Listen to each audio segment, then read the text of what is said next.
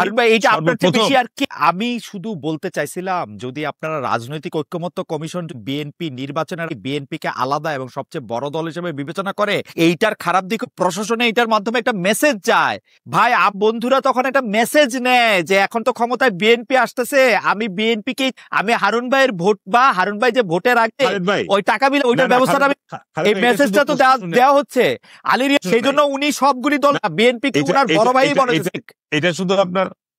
এটা শুধু প্রশাসন না। আপনি যেটা বলছেন যে আগামীতে কোন দল ক্ষমতায় যাবে, তখন প্রশাসনের লোকদের, এটা আমাদের সাধারণ